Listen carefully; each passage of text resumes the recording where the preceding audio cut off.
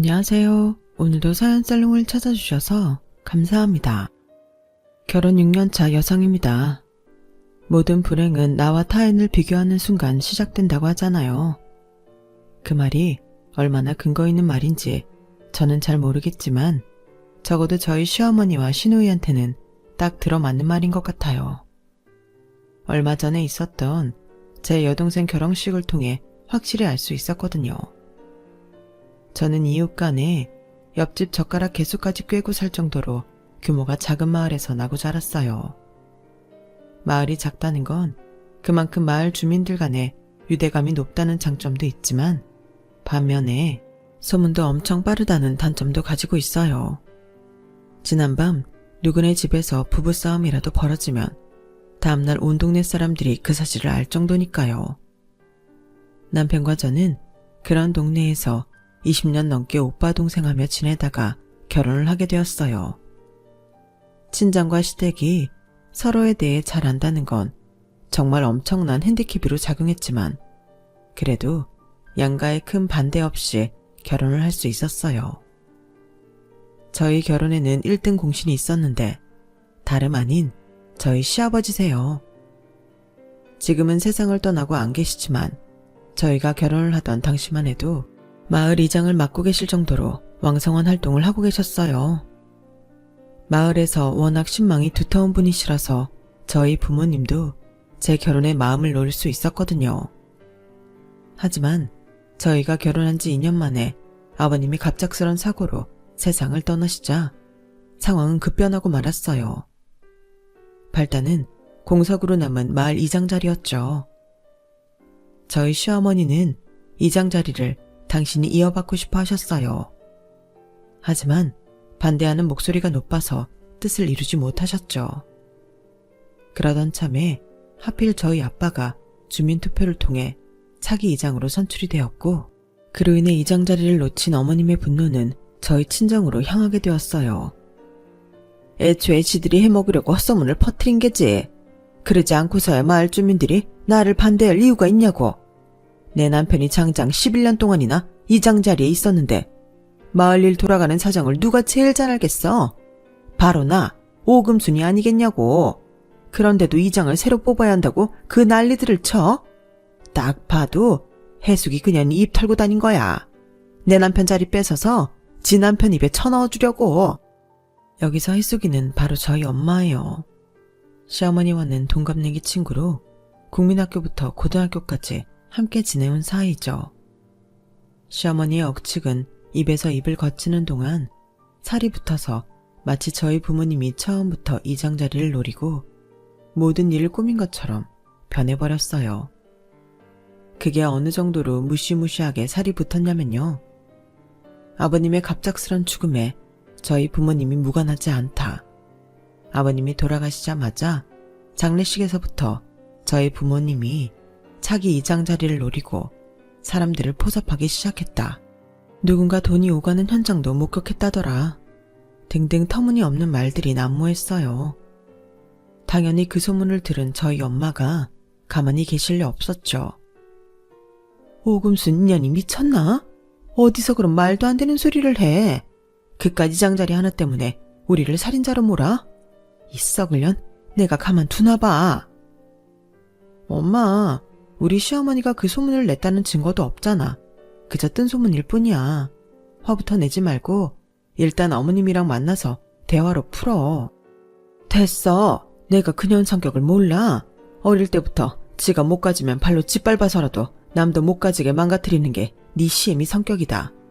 그 더러운 성질머리를 여태 못 고치고 아직도 그러고 살다니. 나이를 헛먹었지.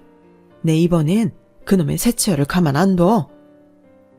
결국 저희 엄마는 씩씩대며 시댁으로 달려갔고 그날 두 어머님은 서로의 머리채를 잡고 한참을 싸우셨어요. 조용하던 마을에 벌어진 사돈간의 싸움은 동네 사람들에겐 재미난 볼거리였어요. 말로는 그만두라고 하면서도 흥미진진하게 싸움을 지켜보더라고요. 사람이 참 잔인하다는 걸 그때 알았죠. 뒤늦게 소식을 전해 듣고 달려온 저희 아빠가 두 어머니 사이를 갈라놓았지만 그런다고 싸움을 멈출 분들이 아니었어요. 오히려 저희 아빠까지 머리채를 잡히고 온몸에 생채기만 날 뿐이었죠. 그날의 싸움은 근무 중에 소식을 듣고 읍내에서 불이 나게 달려온 제 남편의 중재로 끝이 났지만 이후로도 두 어머님들은 만날 때마다 으르렁대셨어요. 그리고 그 사이에 낀 저와 제 남편의 집중 공격에 타깃이 되었죠. 어머님은 저를 볼 때마다 저희 엄마한테 쌓인 감정을 제게 표출하셨고 그렇게 사위를 아끼던 저희 엄마 역시 제 남편한테 화풀이를 하셨으니까요. 자네도 우리가 자네 아버지 죽음에 관련이 있다고 생각하나? 그런 거면 솔직하게 그렇다고 얘기를 해. 자네 엄마처럼 뒤에서 말도 안 되는 헛소문이나 퍼뜨리지 말고. 장모님, 그게 무슨 말씀이세요? 그건 그저 사고였어요. 잘못이라면 졸음운전한 덤프트럭 기사 탓이지. 그게 왜 장인 장모님 탓입니까? 아무도 장인 장모님 탓으로 생각하는 사람 없어요. 저희 어머니 말 때문에 언짢으시다면 제가 대신 사과드릴게요. 죄송해요, 장모님. 그 말에 저희 엄마는 방바닥에 주저앉아 대성통곡을 하셨죠. 내가 억울해서 살 수가 없어. 살다 살인운명까지 쓰게 될 줄 누가 알았겠냐고. 그까지 지장자리가 뭐라고 사람을 이렇게 비참하게 만드는지. 억울해서 내가 내 명예 못 죽겠네. 아니 땐 굴뚝에 연기 나겠냐고 한다지만 이럴 때 보면 가능한 것도 같더군요.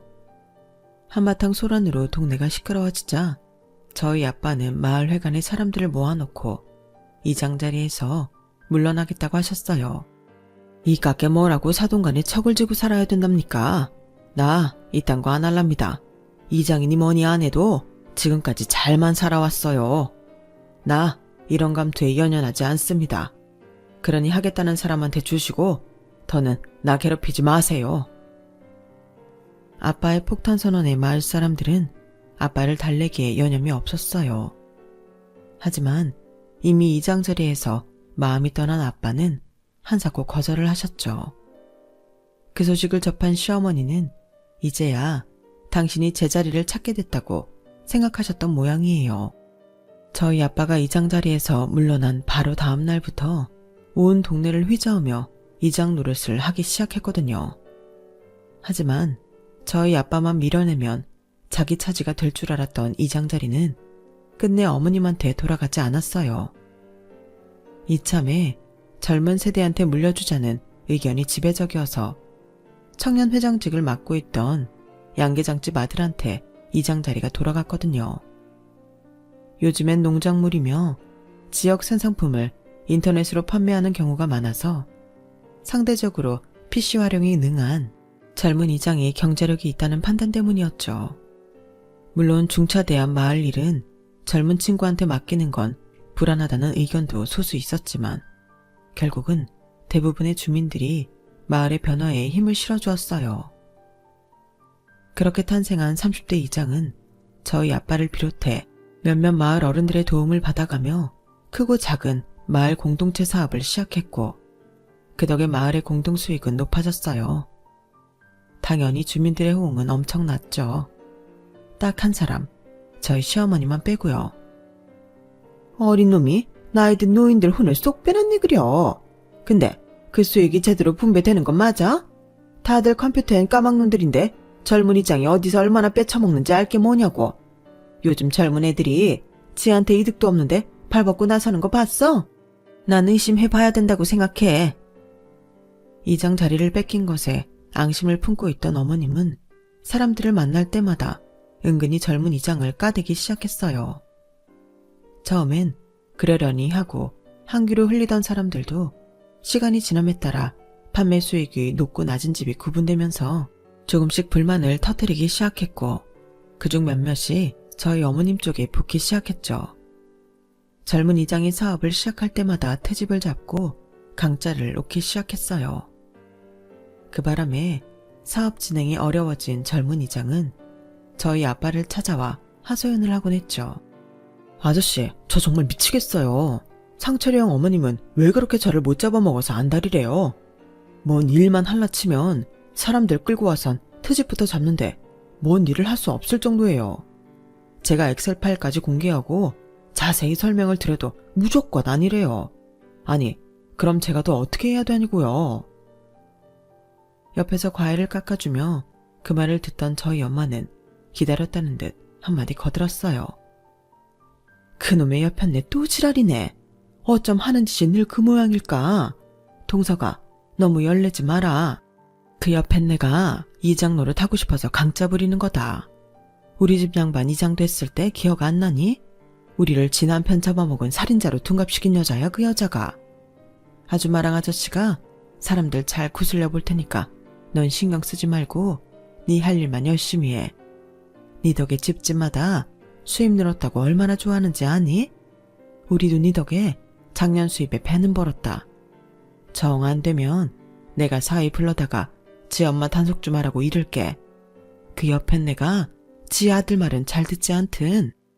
결국 그 일은 저희 부모님이 제 남편을 호출하고서야 일단락이 지어졌어요. 남편이 어머님을 찾아가 한 소리를 했거든요. 어머니 때문에 내가 동네 창피해서 얼굴을 못 들고 다니겠어요. 도대체 언제까지 이러실 거예요?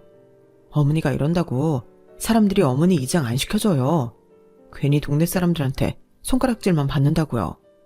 이 작은 동네에 소문은 또 얼마나 빠른지 어머니도 잘 아시죠? 벌써부터 대직장까지 어머니 소문이 파다해요. 이장 자리 뺏으려고 신임 이장마다 엿먹인다고 다들 말들이 많다고요. 이대로라면 저 창피해서 조합에서 일 못해요. 이참에 회사 그만두고 저도 농사나 지을까요? 그게 어머니 소원이라면 그렇게 해드릴게요. 아니, 내가 뭘 어쨌다고 그러니? 그리고 그 어렵게 들어간 회사를 왜 그만둬? 내가 너 농사 안 짓게 하려고 얼마나 뒷바라지를 했는데 왜 회사를 그만둬? 안 된다. 넌 넥타이 매고 회사 다녀야 돼. 농사는 절대 안 돼. 그럼 약속하세요. 앞으로 마을 일에 절대 관여 않고 참견도 안 한다고요. 약속하실 수 있어요. 지금 이 자리에서 약속 안 하시면 저도 어머니 소원 못 들어드려요. 자식 이기는 부모 없다고 결국 어머님은 아들의 뜻에 따르기로 했어요. 어머님이 잠잠해지자 어수선하던 동네 분위기도 예전처럼 평온해졌어요. 하지만 그때까지만 해도 어머님의 욕구 불만이 엉뚱한 곳에서 터질 거라고는 생각도 못했죠. 야, 넌 어떻게 된 게 시집 온 지 수년이 지났는데 제사밥도 제대로 못 지냐? 네 시아버지가 살아생전에 진밥 좋아하셨던 거 기억 안 나니? 근데 이게 뭐야? 완전 고두밥이잖아. 어쩜 너는 나이가 몇 살인데 아직까지 밥도 제대로 못 짓니? 그건 우리 그이가 고두밥 좋아한다고 어머님이 제삿날에도 진밥하지 말라고 그러셔서 그런 거잖아요. 어머머, 얘 말 대답하는 것 좀 봐. 너 내가 언제 그런 말을 했니? 증거 있어? 내가 그런 말 했다는 증거 있냐고? 이게 아주 우냐우냐 해줬더니 심히 알기를 못같이 알고 있네? 그냥 네 실력이 안 돼서 못하는 거면 죄송합니다 한마디 하면 될걸. 어디서 말 대답이야? 하긴 네 엄마도 결혼한 지 수십 년이 됐어도 아직 밥 하나 제대로 못하는 거 보면 알만하지. 그 피가 어디 가겠니? 그나마 네 아빠나 되니까 네 엄마 같은 여자 데리고 사는 거지. 나 같았으면 네 엄마 안 데리고 산다. 진작 내보냈지. 말이 났으니 말인데 니들 자매들이 하나같이 대학도 못 간 이유가 뭔 줄 아니? 네 엄마 머리를 닮아서 그런 거야. 네 여동생 자경이가 그나마 공부 좀 했다고 하지만 걔도 결국엔 대학 문턱에도 못 갔잖아. 그에 반해 우리 집 애들 봐라. 우리 상철이도 그렇고 상희도 그렇고 다들 대학 졸업까지 했잖니. 이게 다 나를 닮아서 공부머리가 있어서 그런 거다. 니네 집 종자들이랑은 비교가 안 되지? 어머니, 무슨 말씀을 그렇게 하세요? 저희 집 종자라뇨. 그리고 저도 자경이도 공부 잘했어요. 비록 집안 형편 때문에 대학은 못 갔지만요. 저요, 고등학생 때도 반에서 10등 밖으로 밀려난 적 없어요. 우리 자경이는 전교 5등 밖으로 나간 적 없었고요. 솔직히 공부는 아가씨가 못했죠. 중학생 때도 성적이 안 돼서 인문계 어렵다고 실업계 보내라는 거 비싼 과외까지 시켜가며 겨우 인문계 보냈잖아요. 마을 사람들도 다 아는 사실을 어머님은 기억 안 나세요? 어머님은 기억 안 나신데도 저는 정확히 나네요. 우리 자경이랑 아가씨가 같은 학년이었잖아요. 제 말에 어머님은 입술을 깨문 채 저를 노려보기만 하셨어요. 거기서 멈췄어야 했는데 이미 화가 치밀어 올라서 자제가 안 된 저는 기어이 어머님 속을 뒤집고야 말았죠. 어머님은 매번 대학 하시는데요. 우리 그이야 공부 잘했던 거 저도 잘 알죠. 이 깡촌에서 서울에 있는 대학까지 들어갔으니 안 믿을 사람이 어디 있겠어요. 하지만 아가씨는 아니죠. 아가씨가 나온 대학이 어디 변변한 대학이긴 한가요? 매년 입시철마다 경쟁률 미달이라고 원서만 내면 다 받아준다는 말까지 나오는 그런 학교잖아요. 거기서도 제일 성적 낮은 학과에 겨우 들어갔는데 그걸 머리가 좋아서 대학 갔다고 포장하시는 건 좀 그렇죠. 오죽하면 동네 사람들이 개나 소나 다 들어가는 똥통대학이라고 하겠어요. 아뿔싸. 말을 마친 순간 이 말은 하지 말았어야 했는데 하는 후회가 밀려왔지만 이미 배는 떠난 후였어요. 그리고 이미 극대노 상태가 된 시어머니는 금방이라도 터질 것처럼 벌건 얼굴로 저를 죽일 듯이 노려보고 계셨죠. 그리곤 급기야 제 머리를 향해 손을 뻗는데 그때 마침 현관문 열리는 소리가 났어요. 하마터면 시어머니한테 머리를 잡힐 뻔한 절제절명의 순간 저를 살린 건 바로 남편이었죠. 아들 앞에서는 세상 온화한 어머니처럼 행동하시는 시어머니인지라 차마 며느리 머리채를 휘어잡지는 못하시더라고요. 덕분에 저는 살았죠 뭐. 그날 제사가 끝날 때까지 저는 어머님을 피해서 남편 옆에 붙어 있었어요. 저희가 분가해서 읍내에 살고 있는 게 그날처럼 다행이다 싶은 적도 없더라고요. 그러던 어느 날이었어요. 딸아이 하원을 시키고 막 집에 들어왔는데 엄마가 전화를 했더라고요. 화가 단단히 나셨는지 입술을 벌벌 떨면서 말씀하시는 게 수화기 너머로 전해질 정도였죠. 세상에, 내가 억울해서 살 수가 없다. 아니 그놈의 옆엔 내가 우리 집안에 무슨 억하심정이 있길래 혼이 nap둔 우리 자경이를 두고 그런 개소리를 퍼뜨린다니. 아우 억울해. 아우 속 터져. 엄마, 무슨 일인지 천천히 설명 좀 해봐. 우리 시어머니가 또 무슨 짓을 했길래 그래? 왜? 자경이 결혼하는 거 가지고 또 뭐라고 했어? 도대체 뭐라고 했길래 그러냐고. 글쎄, 우리 자경이가 돈 때문에 위장 결혼하는 거란다. 김서방이 자경이한테 약점이 잡혀서 그 때문에 어거지로 결혼하는 거래. 이게 말이 되는 소리냐? 제 여동생이 4년간 사귀어온 남자라 결혼 이야기가 나온 건 지난 봄이었어요. 그때는 그저 제 짝 찾아서 결혼하는 것보다 생각했는데 지난달인가 여동생이 그러더라고요. 예비 신랑이 돈 좀 있는 사람이라서 신혼집을 강남에 있는 유명 빌라에 마련했다고요. 저희야 뭐 강남이나 그 외의 서울 집값이 먼 나라 얘기처럼 들리는 사람들이라 비싸면 얼마나 비싸길래 그러나 했는데 정말 억소리가 절로 나올 정도라고요. 아니 젊은 사람이 뭔 돈이 있어서 그런 집을 마련했나 했더니 자산이 60억이 넘는다는 거예요. 대학을 중퇴하고 사업을 시작해서 돈을 꽤 벌었다고 하더군요. 그 말을 들은 엄마는 주변 사람들한테 자랑을 했고 그 얘기는 금세 저희 시어머니 귀에까지 들어가게 된 거죠. 안 그래도 저희 집에 감정이 안 좋았던 시어머니가 그걸 보고 가만히 있을 리가 없었어요. 돈 들여 대학 공부까지 시킨 자기 딸은 26이 되도록 취직도 못하고 방구석에서 빈둥거리는데 대학도 못 나온 제 동생이 부자한테 시집을 간다고 하니 속이 좀 꼬였겠어요. 그래선 동네방네 거짓 소문을 퍼뜨린 거였죠. 제 동생이랑 예비 신랑이 만난 장소가 룸사롱이었다거나 남녀가 거기서 만날 일이 뭐가 있겠느냐. 서울에서 조신하게 직장생활을 한다던 제 동생이 룸사롱에서 일했던 게 아니겠냐는 말도 안 되는 추측부터 제 동생이 남자 쪽 치부를 감춰주는 대가로 1년간 위장 결혼을 하기로 한 거라는 둥, 1년 뒤 이혼할 때 1억을 받기로 했다는 세세한 내용까지 모르는 사람이 들으면 믿고도 남을 스토리였어요. 둘째 딸 결혼을 앞둔 엄마가 그 소문을 듣고는 얼마나 기가 막혔겠어요. 안 그래도 공부 잘하는 딸을 집안 형편 때문에 대학도 못 보낸 것도 미안한 판에 이런 말도 안 되는 소문에 휘말리게 했으니 말이에요. 내가 못 산다 못 살아. 그놈의 여편네 때문에 내가 내 명에 못 죽지. 하다 이제는 자식 혼사까지 망치려고 들다니. 이게 자식 가진 사람이 할 짓이냐고. 내 이놈의 여편네 이번엔 가만히 안 둔다. 가서 입을 찢어놓든 혀를 뽑아버리든 무슨 수를 써야지 안 되겠다. 전화를 받고 친정에 달려가 보니 자리 보전하고 누워있던 엄마는 불쑥불쑥 화가 치밀어 오르는지 한 번씩 벌떡벌떡 일어나 시어머니를 잡으러 간다고 난동을 부리셨어요. 그러자 지금까지 표정 변화 없이 무표정으로 앉아 계시던 아빠가 벌떡 일어나 뛰쳐나가셨어요. 예, 네 아빠 잡아라. 네 아빠 이러다 사고 친다. 저 양반 화나면 물불 안 가리는 사람이잖니. 어서 가서 잡어.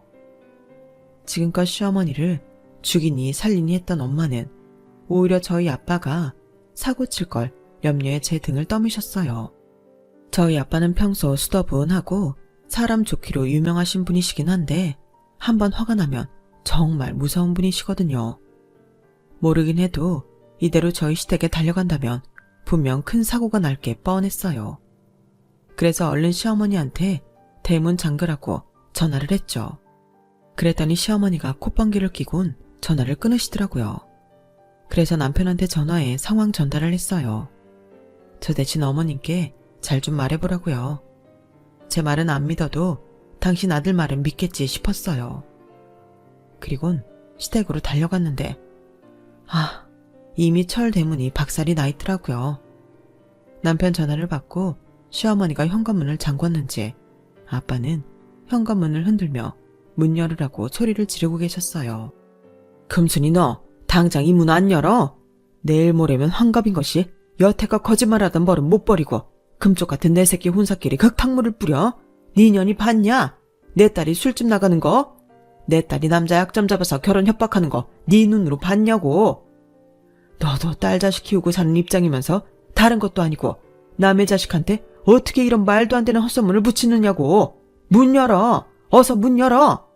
네 그 더러운 새치어 때문에 내 마누라 눈에서 눈물이 마를 날이 없어. 우리가 왜 너 때문에 이 고통을 받고 살아야 하냐고.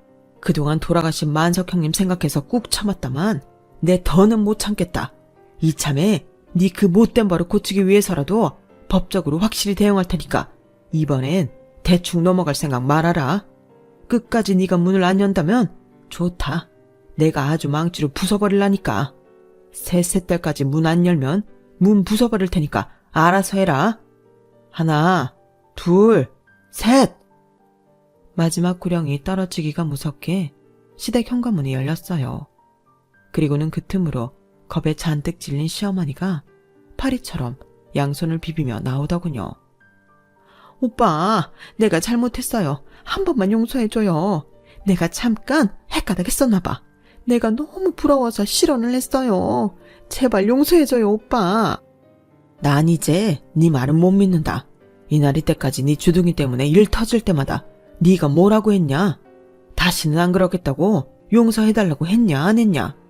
근데 이거 봐라. 아직도 넌 네 새치어로 동네방네 헛소문 퍼뜨려 놓곤 미안하다는 말 한마디로 끝내려고 들잖냐?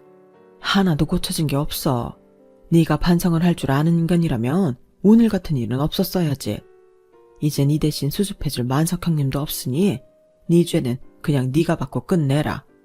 나 이번엔 무슨 일이 있어도 법적으로 네 죄값 물을 테니까 그렇게 알고 법원에서 날아올 통지서나 제대로 받아라. 나랑은 더 이상 할 말도 없다. 아빠는 그대로 발길을 돌리셨어요. 그러자 다급해진 시어머니는 맨발로 달려나와 저희 아빠 바지가랑이를 부여잡았죠. 오빠, 내가 잘못했어. 내가 죽일년이야. 오빠, 한 번만 용서해줘. 나 2번 다신 절대로 거짓말 안 할게. 오빠가 하라면 각서라도 쓸게. 내가 해수기한테도 가서 싹싹 빌을게. 그러니까 제발 소송은 하지 말아줘. 그런 일로 소송까지 당하면 내 자식들 앞에서 어떻게 얼굴을 들고 살아. 오빠, 나 한 번만 살려줘, 제발. 그날 눈물 콧물을 빼가며 엉엉 우는 시어머니 모습은 싸움 구경을 하러 왔던 온 동네 사람들이 다 보고 말았어요. 그리고 그 사람들 중에는 어머님이 그렇게 아끼는 아들도 있었죠. 남편은 참담한 표정으로 맨발로 마당에서 무릎을 꿇은 채 빌고 있는 자기 엄마를 내려다보았어요. 그 모습을 목격한 저희 아빠는 깊은 한숨을 쉬시고는 집으로 돌아가셨죠. 어머님의 걱정과 달리 아빠는 소송은 걸지 않았어요. 자식 앞에서 그런 수모까지 겪었는데 그보다 더 큰 벌이 어디 있겠냐면서 말이죠. 엄마는 시어머니가 마당까지 달려나와 싹싹 빌었다는 얘기를 동네 사람들한테 전해 듣고는 그 광경을 직접 못 본 걸 꽤나 아쉬워하셨어요. 그러면서도 자식 앞에서 그런 꼴을 보였으니 속이 어떻겠냐며 안쓰러워하시더군요. 한바탕 난리를 겪은 뒤 시어머니는 온종일 집안에서 두문분출하셨어요. 말로는 동네 사람들 보기 창피해서 그런다고 했지만 실상은 아들 때문이었죠. 저희 남편이 한 번만 더 사고치면 그땐 부모 자식 연도 끊고 살겠다고 선전포고를 했거든요. 그러는 사이 시간은 흘러 제 여동생 결혼식이 다가왔어요. 신랑 측에서 저희 마을까지 차량을 보내주어서 다들 서울까지 편히 갈 수 있었죠. 예식장에 도착해보니 그 규모와 시설에 입이 떡 벌어지더라고요. 식장 안은 마치 숲속에 온 것처럼 천장에서부터 잎이 풍성한 나뭇가지와 꽃나무가지가 길게 늘어져 내려 있더라고요. 게다가 테이블마다 고급스런 장식과 식기들이 놓여 있어서 마치 고급 레스토랑에 온 기분마저 들었어요. 저를 비롯해 평생 이런 호화스러운 결혼식장을 가본 적이 없는 동네 사람들은 휴대폰을 꺼내 사진을 찍기에 바빴죠. 딱 두 사람만 빼고 말이에요. 저희 시어머니와 시누이는 뭘 잘못 먹고 체한 사람들처럼 인상을 팍 쓰고는 입을 삐죽거렸어요. 시누이는 어떻게든 제 동생을 깎아내리려고 혈연이 된 사람처럼 쉬지 않고 입을 놀려댔어요. 치, 군뱅이도 구르는 재주가 있다고. 자경이 기집애가 남자 하나는 제대로 꼬셨네. 그리고 보면 그 기집애가 어릴 때부터 끼가 있었어. 엄마 모르지? 자경이 걔가 학교에서 오빠들한테 얼마나 아양을 떨고 다녔는지. 말도 마. 눈 뜨고 보기 힘들 정도였다니까? 기집애야, 너도 좀 그러지 그랬니? 그랬으면 이렇게 돈 많은 남자 만나 호강하잖아. 엄마, 난 인생 그렇게 안 살지. 사랑도 없는 남자랑 돈 때문에 결혼할 순 없잖아. 무슨 소리냐? 그럼 자경이랑 걔 남편 될 사람이랑 좋아서 결혼하는 거 아니야? 좋아서 하긴. 내가 그 오빠를 좀 아는데 자경이 같은 애한테 관심 두는 사람 아니야. 엄마, 이건 아무한테도 말하지 마. 실은 자경이 남편이 예전에 나한테 껄떡댔었거든. 그땐 저 사람이 집도 망해서 대학도 중퇴하고 돈 벌겠다 그러길래 내가 밀어냈지 뭐. 이렇게 돈 잘 벌 줄 알았으면 그냥 받아주는 건데. 시누이는 마치 자기가 차버린 덕에 제 동생이 운 좋게 얻어가진 것처럼 혼자 생색을 냈어요. 제 동생이 연애사를 다 아는 저로서는 어이없고 한심하기 짝이 없었지만 좋은 날 분란을 일으키기 싫어서 벙어리 냉가슴 할 듯 꾹 참고 있었죠. 그런데도 시누이는 되도 않는 말을 멈추지 않더라고요. 그런데 옆 테이블에서 그 얘기를 듣고 있던 제 동생 동창이 참다 못해 한마디 한 거예요. 야, 전상이 그만 좀 해라. 넌 친구 결혼식장에 와서까지 개뻥을 치냐? 언제 자경이 남편이 너한테 찝쩍거렸냐? 네가 서울대 출신이라는 말에 혹해서 술 처먹고 들이대다가 개쪽당하고 밀려났지. 그리고 자경이가 지 남편 돈 때문에 꼬셨다는 말 어디 가서 하지 마라. 두 사람 연애 시절 아는 사람 앞에서 그딴 소리 하면 너 귀싸대기 맞아. 자경이 남편 집 망하고 대학도 그만뒀을 때 그 집 식구들 먹여 살린 거 자경이야. 지 월급 털어서 쌀 사보내고 월세 내주고 시장까지 받아가지고 그랬던 애라고. 자경이 신랑 회사 일 잘 돼서 돈 번 후에도 자경이네 시집 식구들이 먼저 나서서 결혼 빨리 하라고 닥달했어. 뭘 알고나 떠들 것이지. 지금도 자경이 시어머니가 자경이한테 얼마나 잘해주시는지 아냐? 어려울 때 자기 식구들 건사해준 착한 며느리라고 결혼할 때 혼수로 젓가락 한 짝도 가져오지 말라고 하셨다더라. 근데 뭐가 어쩌고 저째? 하긴 맨날 방구석에서 하는 일도 없이 뭉개고 있는 네가 그런 허무맹랑한 스토리라도 안 지어내면 무슨 낙이 있겠냐. 근데 그런 것도 정도껏 해야지. 친구 결혼식장에 와서까지 그런 식으로 주둥이를 털면 되겠니? 나이를 먹었으면 제발 나이 값을 좀 해라. 너 그러고 살면 나중엔 자식 보기 창피하지 않겠냐? 동창의 말에 신우이는 얼굴이 새빨갛게 달아올라서는 도망치듯 결혼식장을 빠져나갔어요. 그건 저희 시어머니도 마찬가지였죠. 비는 못 속인다고 어쩌면 시어머니랑 하는 짓이 그리 똑같은지. 그러고 보면 유전자의 힘은 참 놀라운 것 같아요. 다행히 제 여동생 결혼식은 무사히 잘 끝났어요. 사부인께서는 착하고 예쁜 따님을 며느리로 주셔서 감사드린다며 몇 번이나 저희 부모님께 감사 인사를 하셨어요. 그리고 예식장을 찾아준 저희 마을 사람들한테도 답례 선물로 발 마사지기를 하나씩 선물로 보내주셨죠. 그 덕에 저희 엄마는 동네 사람들 앞에서 어깨를 쫙 펴고 다닐 수 있었어요. 딸 자식 덕분에 이게 웬 호사냐며 엄청 좋아하시면서요. 양지가 있으면 음지가 있다고 저희 엄마와 달리 제 시어머니는 동네에서 입지가 더욱 좁아졌지 뭐해요. 결혼식 날 식장을 빠져나간 어머님과 시누이가 화장실에서 제 친정 부모님과 제 동생 흉을 보는 걸 동네 사람이 본 탓이었죠. 같은 동네 사람으로서 그 좋은 날 축하는 못해줄 망정 결혼하는 사돈처녀 앞날에 저주를 퍼붓더라며 온 동네에 소문이 난 탓에 한동안 밖에 다니지도 못하게 되었어요. 그 소문을 들은 저희 엄마는 사람은 고쳐 쓰는 게 아니라며 저희 시어머니는 관뚜껑 닫힐 때까지도 그 버릇 못 고치고 남의 흉을 볼 거라며 혀를 끌끌 차시더군요. 그러고 보면 시어머니와 시누이는 자신의 인생을 돌볼 생각은 않고 자신과 타인과 비교하면서 손수 지옥을 만들어 나가는 것 같아요. 길어야 100년도 못 사는 인생인데 이제는 좀 남의 인생이 아닌 자신들의 인생에 집중하기를 바랄 뿐입니다. 지금까지 제 사연을 들어주셔서 감사합니다. 들어주신 분들 사랑하는 가족들과 행복하세요. 여러분, 사연 댓글의 응원과 현명한 조언 부탁드려요. 좋아요와 구독은 저에게 큰 힘이 됩니다. 오늘도 좋은 일 가득하세요.